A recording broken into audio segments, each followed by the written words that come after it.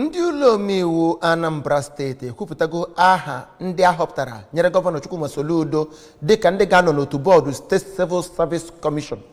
Nke a pụtara ihe dịka enyere akwụkwọ banyere ha nyere onye isi oche House Committee on Screening and Election Matters bụrụ Honorable Chukwuma Okoye oge ha nwere ọgbakọ ụnyaahụ. Onye ntaakụkọ anyị bụ Emmanuel Chigbata pụtara anyị akụkọ.